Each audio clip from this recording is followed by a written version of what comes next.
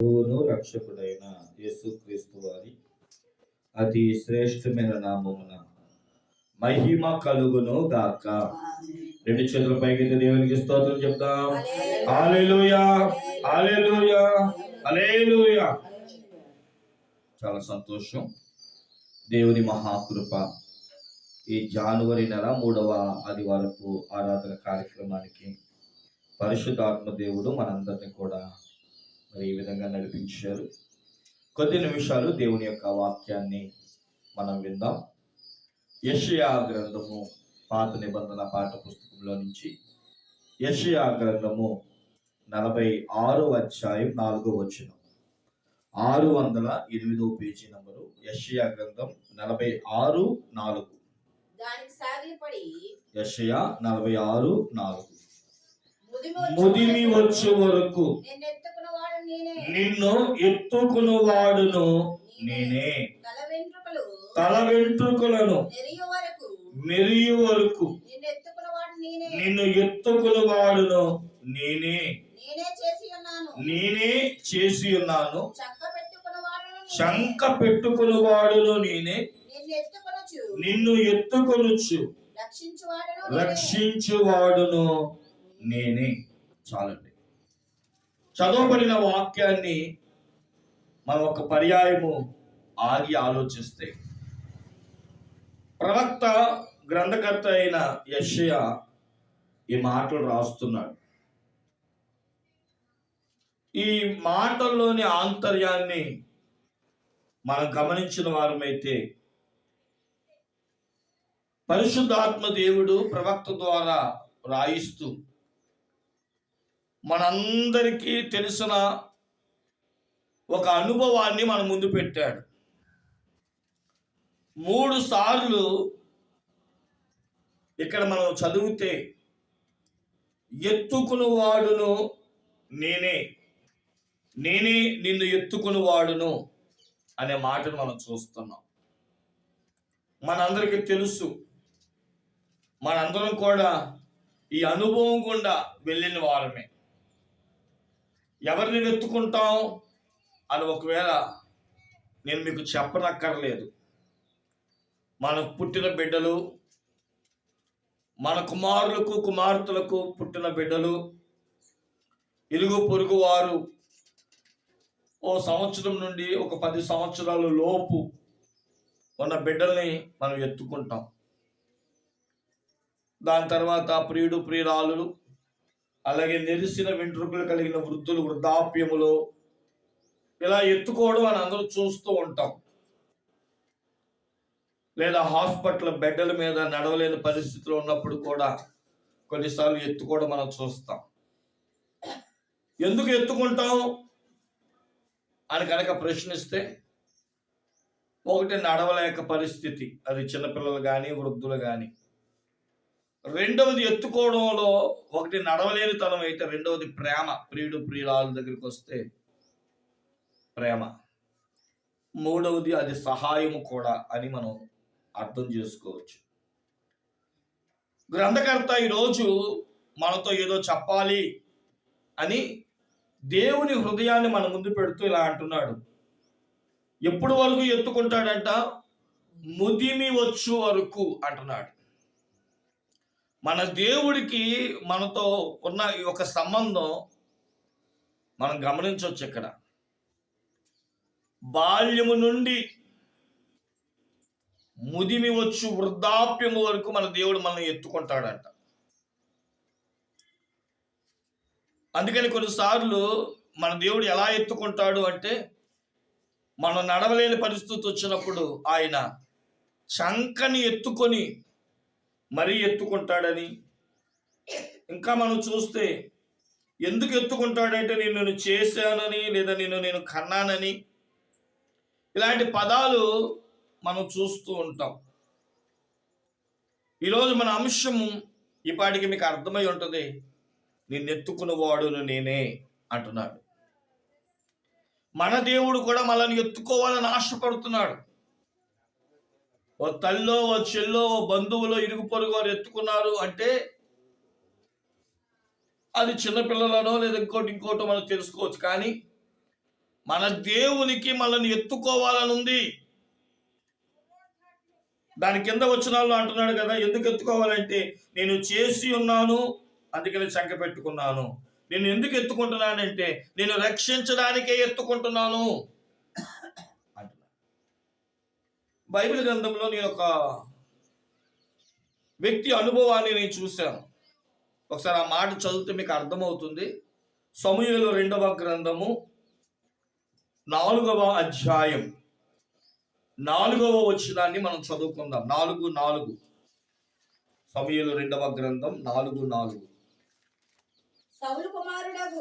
సౌలు కుమారుడగు యోనాతానునకు కుంటివాడగు ఒక కుమారుడు ఒకడుండెను.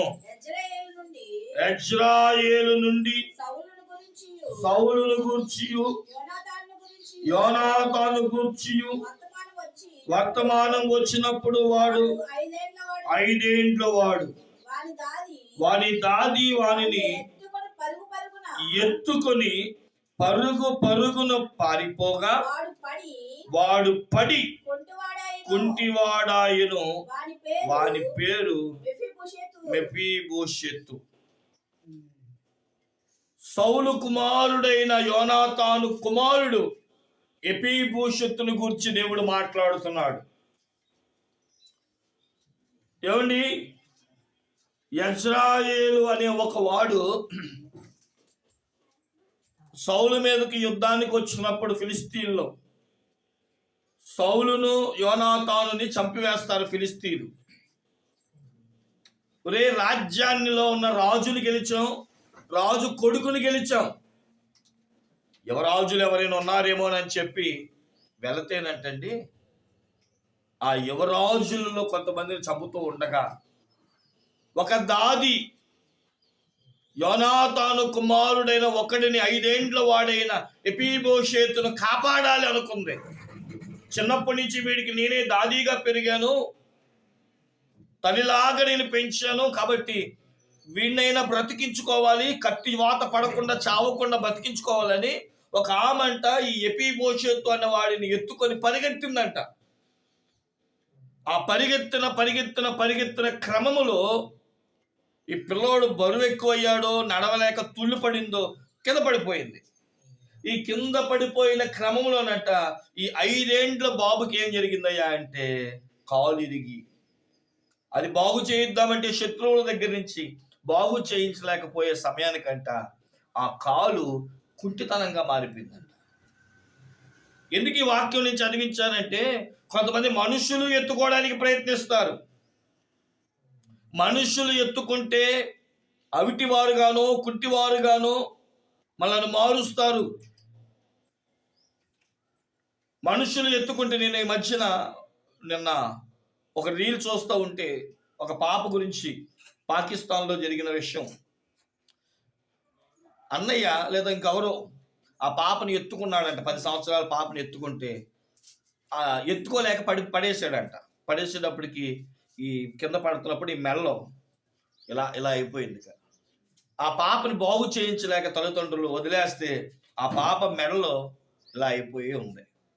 దానికి 20 సంవత్సరాలు వచ్చే వయసు కూడా ఆ పాప మెడ వంకరైపోయి ఉంది. మన భారతదేశంలో ఒక సైంటిస్ట్ అంట ఆమెను 3-4 ఆపరేషన్లు చేసి మళ్ళీ తలను మెడని సరిచేశాడంట.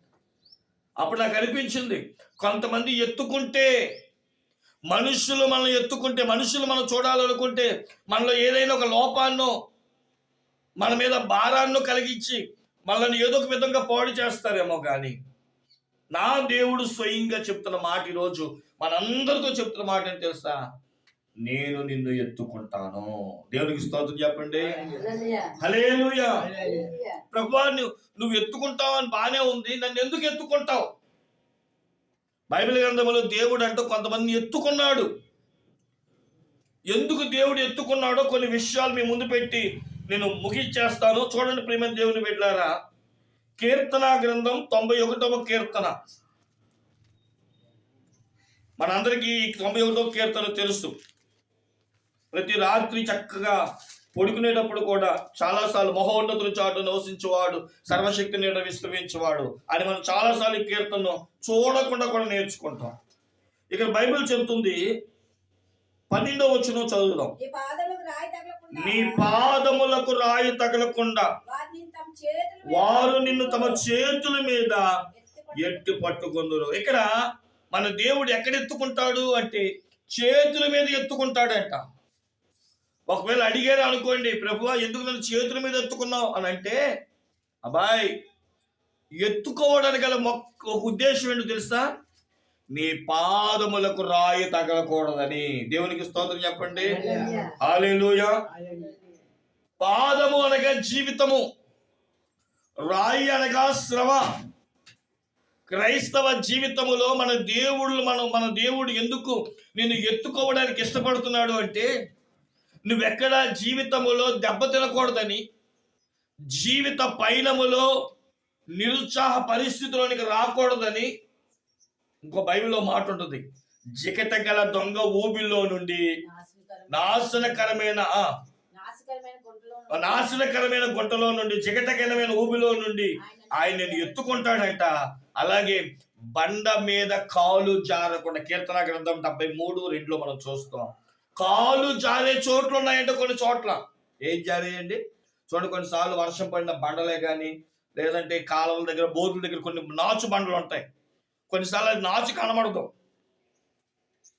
మన గృహదర్శనకి వెళ్తున్నప్పుడు మా పాప అంటుంది, సాఫీగా ఉంది నేల, గప్పుకుని వెళ్ళేటప్పటికి ఏమైపోయాం, అడుగు సరిగ్గా పడకపోయేటప్పటికి జర్రని జారి పడిపోతాం. ఏం పగిలిపోద్దో ఏం విరిగిపోద్దో తెలియదు. మన దేవుడు కొన్నిసార్లు అలా ఎత్తు పట్టుకున్నాడండి అంటారు. మన దేవుడు మనల్ని ఎందుకు ఎత్తు పట్టుకుంటున్నారంటే, నీ జీవితంలో ఏదైనా జారుడు ప్రదేశం ఉందేమో, నిన్ను ఇబ్బంది పెట్టే రాయి లాంటి సమస్య ఉందేమో. నీ దేవుడు అంట చేతులతో నిన్ను ఎత్తుకుంటున్నాడంట, చేతుల మీద ఎత్తుకుంటున్నాడంట. కారణం రాయి తగలకుండా, జారుడు బండనే రాయి రాకుండా, జారిపోయిన అనుభవాలు నువ్వు గుండా వెళ్లకుండా, ఊబిలోనికి పడకుండా. చూడండి, పిల్లలు కొన్నిసార్లు వర్షాలకి వరదలు వచ్చినప్పుడు, ఇటు నుంచి అటు దాటించినప్పుడు కానీ, బురదలు ఉన్న ప్రదేశంలో రాగానే గముక్కుని పిల్లలు తీసుకొని చేతుల మీద కానీ, లేదా సంకన కానీ, లేదా తల మీద కానీ పెట్టుకొని, భుజాల మీద వెంటనే పిల్లల్ని దాటేస్తాం. ఒకవేళ ఎవరైనా అడిగారు అనుకోండి, ఇది గుంటమా, ఊబమ్మా, మట్టమా, నా పిల్లోడి కాలుకి అంటకూడదమ్మా, నా కాలుకి ఏం గుచ్చుకోకూడదమ్మా అంటూ ఉంటారు కొన్నిసార్లు. ఏమండి, శరీర సంబంధమైన నీ బిడ్డలకి రాయి తగలకూడదు, మట్టి అంటకూడదు, ముళ్ళు గుచ్చుకోకూడదు, ఏమండి ఇబ్బంది కలగకూడదని నువ్వు అనుకుంటే, ఆయన పోలికలో ఆయన చేత కలగ చేయబడి ఆయన కొరకు నీ జీవితాన్ని అర్పించుకున్న నిన్ను నన్నంట నా దేవుడు ఎందుకు విడిచిపెట్టేస్తాడు? కాబట్టి దేవుని వాక్యం సెలవిస్తుంది, మన దేవుడంట మనలను ఎత్తుకునే దేవుడై ఉన్నాడు. దేవునికి స్తోత్రం చెప్పండి. ఆయన తన చేతుల మీద మనం ఎత్తుకొని రాయి తగలకుండా, రాతి మీద జారుడు నీకు రాకుండా, జారిపోయిన అనుభవాలు గుండా నువ్వు వెళ్ళకుండా నా దేవుడంట మనలను ఎత్తుకునే దేవుడై ఉన్నాడు. దేవునికి మహిమ కలుగును గాక. కాబట్టి ప్రియమైన దేవుని బిడ్డలారా, దేవుడు మనల్ని ఎందుకు ఎత్తుకుంటున్నాడు అంటే, నీకు రాయి తగలకుండా నిన్ను నడిపించాలని, రాయి తగిలే అనుభవాలు నీ జీవితంలోనికి రాకూడదని. కాబట్టి ప్రియమైన దేవుని బిడ్డలారా, ఆయన నిన్ను ఎత్తుకునేవాడై ఉన్నాడు. ప్రభువా నన్ను ఎత్తుకో, జీవితం ఎన్నో రాతి దెబ్బలు ప్రభువా, ఎన్నో జారుడు అనుభవాలు ప్రభువా అని నువ్వు అనుకున్నప్పుడు నువ్వు చేయాల్సిన పని ఏంటో తెలుసా? మన 2 చేతులు చాపి, ప్రభువా నన్ను ఎత్తుకో, ప్రభువా నన్ను ఎత్తుకో.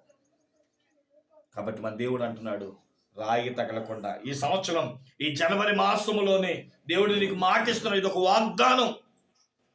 నేను నిన్ను ఎత్తుకోబోతున్నాను. రాయి తగలకుండా, నీకు నొప్పి తగలకుండా, జీవితంలో నీకు తోడుగా ఉంటూ, ఇమ్మానుయేలుగా ఉంటూ నేను నిన్ను ఎత్తుకోబోతున్నాను. దేవునికి మహిమ కలుగును గాక. 2 చేతుల పైకెత్తి స్తోత్రం చెప్దాం. దేవునికి మహిమ కలుగును గాక. దేవుడు మనల్ని ఎత్తుకొనును గాక. ఇక రెండో అనుభవం దగ్గరికి వద్దాం. దేవుడు మనల్ని ఎందుకు ఎత్తుకుంటున్నాడు అంటే, చదవండి బైబిల్ చెప్తున్న మాట, యెషయా గ్రంథం 66వ అధ్యాయం 12వ వచనం. 66వ యెషయా గ్రంథం. యెహోవా ఇలాగు సెలవిచ్చుచున్నాడు, ఆలకించుడి. నది వలె సమాధానమును ఆమె యొద్దకు పారజేయుదును. మీరు జనముల ఐశ్వర్యమును అనుభవించినట్లు జల ప్రవాహము వలె మీ యొద్దకు దానిని రాజేతును. మీరు చంకను ఎత్తుకొనబడుదురు, మోకాళ్ళ మీద ఆడింపబడుదురు. ఒకని తల్లి వారిని ఆదరించినట్లు నేను మిమ్మల్ని ఆదరించదును అంటున్నాడు. ఈసారి దేవుడంట చేతుల మీద కాదు, నిన్ను చంకను పెట్టుకొని ఎత్తుకోబోతున్నాడంట.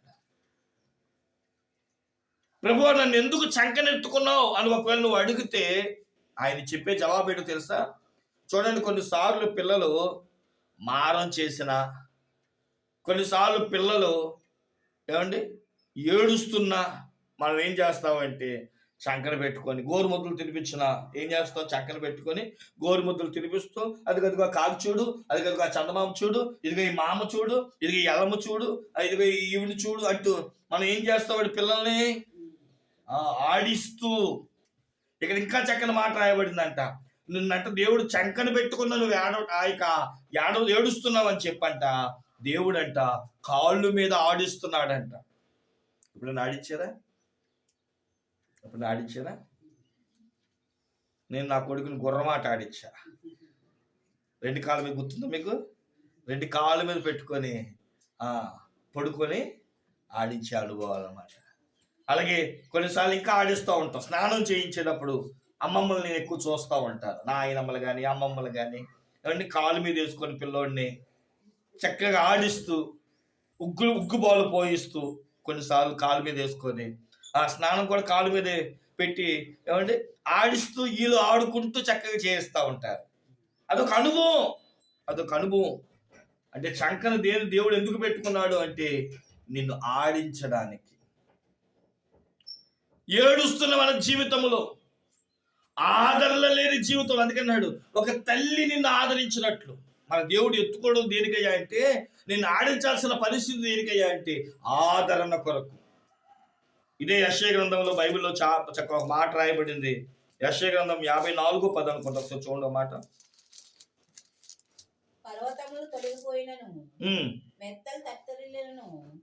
11వ వచనం. ప్రయాసపడి గాలివాని చేత కొట్టబడి ఆదరణ లేక ఉన్నదాన జీవో. చాలా మంది కంట ఆదరణ లేదు, ఆదరించేవారు లేరు. అమ్మన్న నాన్న ఒంటరి బ్రతికైపోయింది. ఈరోజు తల్లిదండ్రులు ఉన్నా పట్టించుకోలేని పరిస్థితులకు వచ్చేస్తాం. ఇంకా మన పల్లెటూరులో అంతగా రాలేదు, కానీ సిటీలో చూడండి, కానీ 3 నెలల తర్వాత తల్లికి ఇచ్చేసి అమ్మ నేను డ్యూటీకి వెళ్ళిపోతున్నాను అంటున్నారు. బేబీ సెంటర్లో పిల్లల్ని ఇచ్చేసి వీళ్ళు డ్యూటీలకు వెళ్ళిపోతున్నారు. తల్లిదండ్రులు ఆడించాల్సిన నాయనమ్మలు, ఆడించాల్సిన బంధువులు ఈరోజు పిల్లలతో ఆడుకోవట్లా. పని పని పని పని అంటూ వ్యాపారాలు వ్యవసాయాలు అంటూ పిల్లల్ని కేర్ సెంటర్, బేబీ కేర్ సెంటర్లోనో లేదంటే దాదీలకో లేదంటే తల్లిదండ్రులు ఏమో అమ్మా నాయనమ్మని ఇంటికాడ పెట్టేసి వీళ్ళు వెళ్ళిపోతున్నారు. వీళ్ళ పరిస్థితి ఏంటో ఒక్కోసారి అర్థం కావట్లేదు. చపాతీ పెడతా ఉంటే చచ్చిపోయాడని, ఆడిస్తూ ఉంటే చచ్చిపోయాడని. ఇంక మనం ఎక్కువగా యూట్యూబ్లో రీల్స్లో చూస్తూ ఉంటాం. పిల్లల్ని ఎలా పడితే అలా కొట్టేసి కాలు కింద వేసి తొక్కేసి అసలు ఏంటి? ఎత్తుకొని ఆడుకోవాల్సిన పిల్లలు, ఆట ఆడుకోవాల్సిన పిల్లల జీవితంలో ఎందుకు ఆదరణ దొరకట్లేదు? ఈరోజు బిజీ షెడ్యూల్స్ అయిపోయినాయి. అందుకని దేవుడు అన్నాడు, నా దగ్గరికి రా, నేను నిన్ను ఎత్తుకుంటా. దేనికి? మత్తయి 11:28 చదువుతా. ప్రయాసపడి భారం మోస్తున్న సమస్త జనులారా. నువ్వు ఎవరైనా కావచ్చు, చిన్నపిల్లడివే కావక్కర్లా. ప్రభువా నాకు ఆదరణ లేదు, నాకు విశ్రాంతి లేదు, నాకు ఆదరణ లేదు అని ప్రభు దగ్గరికి వస్తే నీ ప్రతి భారమును ఆయన తేలిక చేసి నేను ఆదరిస్తాడు, నేను బలపరుస్తాడు. ఆయన చేతుల మీద ఎత్తుకున్నాడంట, నీ పాదములకు రాయి తగలకుండా ఎత్తుకున్నాడు. నీ జీవితంలో ఏ రాయి అనేది నువ్వు చూడవు. రెండోది ఆయన ఎత్తుకున్నాడంట దేనికయ్యా అంటే ఆదరణ లేకుండా మన జీవితంలో ఆడించుతూ వాళ్ళను ఆదరించడానికంట. మూడో మాట చూడండి, అక్కడ రాస్తూ ఈ విధంగా తెలియజేస్తున్నాడు. మార్కు సువార్త 9వ అధ్యాయం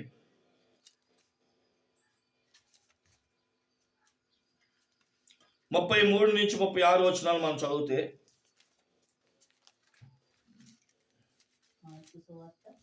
9వ అధ్యాయం 33 నుంచి చదువు. అంతటా వారు కపెర్నహూమునకు వచ్చిరి.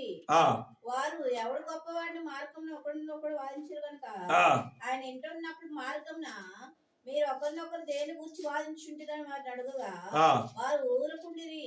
అప్పుడు ఆయన కూర్చుండి 12 మందిని పిలిచి, ఎవడైనా మట్టువాడై ఉన్న గోరిని ఎట్లా వారందరిలో కడపడి వాడును అందరికి పరిచారకుడు వాడునై ఉండవాలని చెప్పి ఒక చిన్న బిడ్డను తీసుకుని వారి మధ్యన నిలబెట్టి వారిని ఎత్తుకొని కౌగిలించుకొని, ఇట్టి చిన్న బిడ్డలలో ఒకరిని నా పేరట చేర్చుకునేవాడు నన్ను చేర్చుకునేవాడు. ఇక్కడ మాట చెప్పాలంటే ఈ సందర్భాన్ని బట్టి మనం చెప్పొచ్చు, దేవుడు అంటే ఒక చిన్న బిడ్డను ఎత్తుకొని కౌగిలించుకుని తన భుజం మీద పెట్టుకొని ఏమంటాడంటే, నిన్ను కింద నుంచి పైకి తీసుకువస్తాను. ఇప్పుడు ఉన్నాయా ఈ అనుభవాలు లేవనుకుంటా. మన పిల్లల్ని చేతుల మీద ఎత్తుకోవడం తెలుసు, సంకన ఎత్తుకోవడం తెలుసు. ఈ కాలం వాడికి పిల్లల్ని భుజాల మీద ఎత్తుకోవడం తెలుసా? ఎత్తుకున్నారు ఎప్పుడన్నా మీ పిల్లల్ని? ఏమండి, ఒకప్పుడు పిల్లల్ని దూర ప్రాంతానికి తీసుకెళ్ళాలనుకోండి, చాలా తేలిక. తల్లులు ఎక్కువగా చేసిన పని నేను చూస్తాను. శంఖ మీద ఈ భుజాల మీద 2 కాళ్ళు వేసి, ఇటో కాలు వేసి, ఏమండి ఇదిగో ఈ యొక్క చూపిస్తున్నట్లుగా ఏమండి పట్టుకొని తీసుకెళ్లేవారు. ఆ పిల్లలు మన చుట్టూ ఏమన్నా నాకోసం అనిపించదు, గుర్రంలాగా పట్టుకొని మీ తాతయ్య పట్టుకెళ్ళేవాడు. ఓకే, మా తాతయ్య, ఓకే, మా తాతయ్య అలాగే పట్టుకెళ్ళేవాడు అంట. చాలా సంతోషం. నేను ఈ సంతోషంలో మా తాతని జ్ఞాపకం చేసుకోవడం మాకు ఎంతో సంతోషం. నిజమే, ఇలా భుజాల మీద తీసుకెళ్ళే అనుభవాలు తక్కువైపోయినాయి. దేనికో తెలుసా, కొన్నిసార్లు భుజాల మీద ఎందుకు పెట్టుకుంటారంటే, ఈ సందర్భాలు బట్టి కూడా మరొక సందర్భాలు బట్టి కూడా చూస్తాం. ఏదైనా ఒక గుంపులో ఒక జాతరకు కానీ ఒక కార్యక్రమానికి వెళ్ళామనుకోండి, మనం ఎత్తుకున్న కనబడరు. అప్పుడు అరే నిన్ను చూపిస్తాను ఉండరా అని చెప్పి భుజాల మీద పెట్టుకొని చూడు, అప్పుడు ఏం కనబడిద్ది అంటే అందరూ మా ఇంటి 6-7 అడుగులు ఎత్తుంటారేమో, కానీ భుజం మీదకి వెళ్ళేటప్పటికి వీడు ఎలా ఉంటాడంటే అందరికంటే ఎత్తుంటాడు. ఏం చూడాలనుకుంటున్నాడు, ఆ జాతర కోతులు ఆడించేదాన్ని ఇంకేదైనా అందరికంటే ఎత్తు నుండి ఏం చేస్తాడు, వాటిని చూస్తాడు. ఎత్తున్న వాడికి అన్నీ కనబడతాయి. ఆడ దాన్ని చూసి తప్పట్లు కొట్టి సంతోషిస్తాడు. మన దేవుడు అంటే మనను పై స్థాయిలో ఉంచడానికి మనం ఎత్తుకోబోతున్నాడంట. దేవుడికి స్తోత్రం చెప్పండి.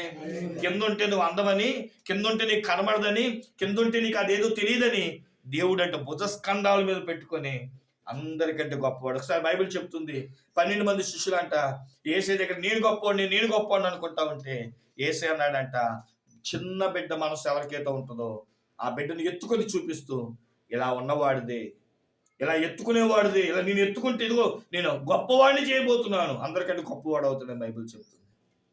కాబట్టి దేవుడు మనం ఎందుకు ఎత్తుకుంటున్నాడంటే అందరికంటే ఎత్తులో నేను పెట్టాలని, నేను గొప్పవాడిని చేయాలని దేవుని ఉద్దేశం. ఇక చివరి మాట లేదా ఇంకో 2 మాటలు చెప్పి ముగించేస్తాను. ద్వితీయోపదేశకాండం 1వ అధ్యాయం 31వ వచనం. ద్వితీయోపదేశకాండం 1వ అధ్యాయం 31వ వచనం.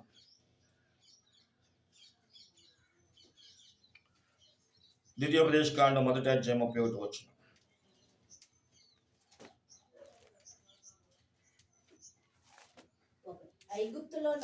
ఐగుప్తులోను అరణ్యములోను మీ కొరకు చేసినట్లు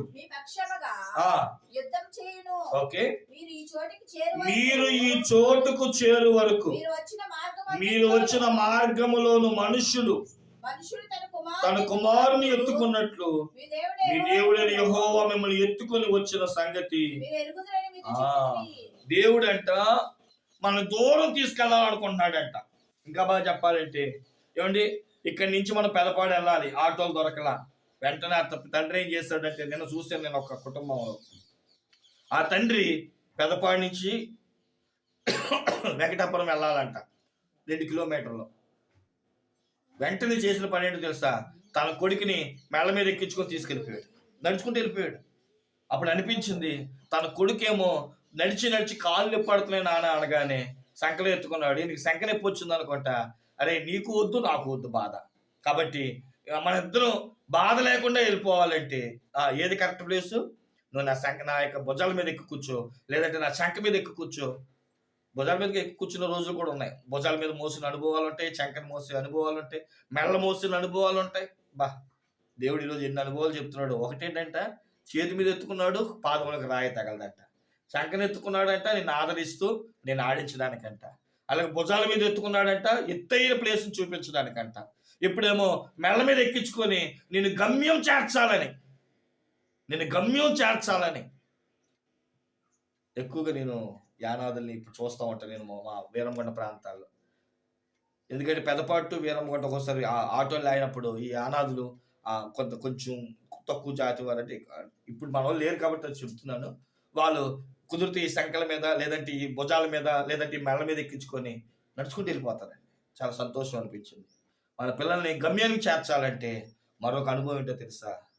ఎత్తుకొని మెళ్ళ మీద ఎక్కించుకొని గమ్యానికి చేర్చాలి. ఆగిపోలేక, నిన్ను విడిచిపెట్టలేక. అంతేనా? మన పిల్లల్ని వదిలేసి అరే నువ్వు ఇక్కడే ఉండరా, నేను వెళ్ళిపోతాను ఇంటికి అంటావా? అను. అరే నువ్వు నాతో కూడా ఇంటికి రావాలంటే నువ్వు నడవలేవు, నిన్ను ఎత్తుకోలేను. నువ్వు నడవలేవు, నిన్ను వదిలేయలేను, నేను ఎత్తుకోలేను, ఆగిపోలేను. కాబట్టి మన ఇద్దరికి ఒకటి ఏంటో తెలుసా? నా మెడ మీద ఎక్కి నేను తీసుకెళ్ళిపోతాను. మన దేవుడు ఎందుకు ఎత్తుకుంటున్నాడంటే నిన్ను వదలలేక, ఆయన వెళ్ళలేక. మనందరినీ కూడా మెడ మీద పెట్టుకోనట గమ్యము చేర్చబోతున్నాడట. దేవునికి స్తోత్రం చెప్పండి. ఇంకొక మాట చెప్పి ముగించేస్తా. మార్కు సువార్త 10వ అధ్యాయం 16వ వచనం. ఈ మాట చెప్పి నేను ప్రార్థనలోకి వెళ్ళిపోదాం. మార్కు సువార్త 10వ అధ్యాయం 16వ వచనం. ఆ బిడ్డలను ఎత్తి కౌగిలించుకొని వారి మీద చేతులుంచి ఆశీర్వదించాను. ఎందుకు ఎత్తుకున్నాడు? ఇప్పుడు మీకు 5 అనుభవాలు చెప్తున్నా. మొదటి అనుభవం ఏంటంట? చేతుల మీద ఎత్తుకున్నాడంట. ఎలా ఎత్తుకున్నాడో కూడా చెప్తున్నాను, ఎందుకు ఎత్తుకున్నాడో కూడా చెప్తున్నాను. చేతుల మీద ఎత్తుకున్నాడంట. ఏం చేశాడు? రాయి తగలకుండా నడిపించాడంట. శంకర ఎత్తుకున్నాడంట, నేను ఆడిస్తూ ఆదరిస్తూ ఆయన నడిచాడంట. భుజాల మీద ఎత్తుకున్నాడంట, అందరికంటే ఎత్తైన స్థాయిలో అన్ని చూడాలని. నువ్వు నడవలేకపోతే మెల్ల మీద ఎత్తుకున్నాడంట, నిన్ను కూడా తను నడుస్తూ నిన్ను నడిపించాడంట, లేదా నిన్ను ఎత్తుకొని మోసాడంట. ఈసారి అంట చేతుల మీద ఎత్తుకున్నాడంట. దేనికయ్యా అంటే నేను దీవించడానికి. కొన్నిసార్లు ఎత్తుకుంటావా? 2 చేతుల మీద ఎత్తుకొని కొన్నిసార్లు పైకి ఇసురుతూ ఉంటావా? పిల్లోడిని పైకి ఇసురుతాం, అది కూడా ఎత్తుకోవడమే. వేళ్లతో ఎత్తుకోవడం, చేతులతో ఎత్తుకోవడం అంటే వేళ్లతో ఎత్తుకోవడం. కాబట్టి గమనించండి, 5 అనుభవాలు, 5 రకాలుగా దేవుడు మనల్ని ఎత్తుకుంటానంటున్నాడు. ఈ ఎత్తుకోవడం దేనికయ్యా అంటే నిన్ను ఎత్తుకోనంట ఆయన ఆశీర్వదించడానికి. కొన్నిసార్లు చూడండి, ముసలోళ్ళ దగ్గరికి వెళ్తాం, అయితే కాలు మీద పడాలి, వీళ్ళు వంగలేరు. కాబట్టి ఏం చేస్తారంటే ఈ చేతుల మీద ఎత్తుకొని, నాన్న ఇప్పుడు నా కొడుకుని దీవించు అంటాం, వాడి మీద చేసి దీవిస్తూ ఉంటాం. వేళ్ళతో ఎత్తుకోవడం అని కూడా చెప్పచ్చు దీన్ని. మన దేవుడు ఎందుకు ఎత్తుతున్నాడంటే మనల్ని ఆశీర్వదించడానికి. కాబట్టి ప్రేమ దేవుని బిడ్డలారా, 5 రకాలుగా దేవుడు నిన్ను ఎత్తుకోబోతున్నాడు, శంకర పెట్టుకోబోతున్నాడు. నిన్ను చేశాడు గనక ఆయన నిన్ను వదులుకోలేక ఈ 5 రకాలైన ఎత్తుకునే అనుభవాలు కూడా నిన్ను తీసుకొని వెళ్ళడానికి ఇష్టపడుతున్నాడు. ఎందుకో తెలుసా? దేవుడికి నువ్వు అంటే అంత ప్రేమ. నువ్వు ఆయన పోలికలో ఉన్నావు, ఆయన రాజ్యములకు నువ్వు వారసుడు కావాలని. నిన్ను తన స్వరూపంలో తన పోలికగా చేసుకుంది సాతానికి అప్పగించడానికి కాక. మరి ఈరోజు నువ్వేం చేస్తున్నావు? ఆయన చేతిలోనికి రాలేకపోతున్నావు. ఎందుకు రాలేకపోతావు? ఒకసారి చూడండి, దేవుడు బైబిల్ ఒక మాట చదువు ముగించేసుకుందాం. యెషయా గ్రంథము 65వ అధ్యాయం 2వ వచనం. ఆ మాట చదువుకోండి. 65వ అధ్యాయం 2వ వచనం. యెషయా. తమ ఆలోచనలను అనుసరించి చెడు మార్గమును నడుచుకొనుచు లోబడ నల్లని జనుల వైపు దినమంతయు నా చేతులు చాపి. నిన్ను ఎత్తుకోవడానికే, నేను చక్కని ఎత్తుకోవడానికే, నేను భుజాల మీద ఎత్తుకోవడానికి, నేను మెళ్ళ మీద ఎక్కెత్తుకోవడానికి, నేను పైకెత్తడానికి నా దేవుడు దినమంతా చేతులు చాపుతుంటే ఆయన చేతుల వైపు చూడకుండా నీ ఆలోచన ప్రకారం నడుచుకుంటున్నావు. ఈరోజు నేను ప్రభువా నీ ఆలోచనలోకి వస్తా, నీ చేతిలోకి వస్తా నువ్వు అడిగి, నీ రాజ్యానికి నేను వస్తాను ప్రభువా నువ్వు ఆశపడితే రండి మనం తల వంచి, ప్రభువా నన్ను ఎత్తుకో, నన్ను ఎత్తుకో, నన్ను ఎత్తుకో. నువ్వెవరైనా సరే, పండు ముసలమైనా సరే, ముదిమి వచ్చే వరకు నేను ఎత్తుకుని వాడు నేనే, నిన్ను ఎత్తుకుని వాడు నేనే, నిన్ను ఎత్తుకుని వాడు నేనే. ప్రార్థన చేసుకుందాం.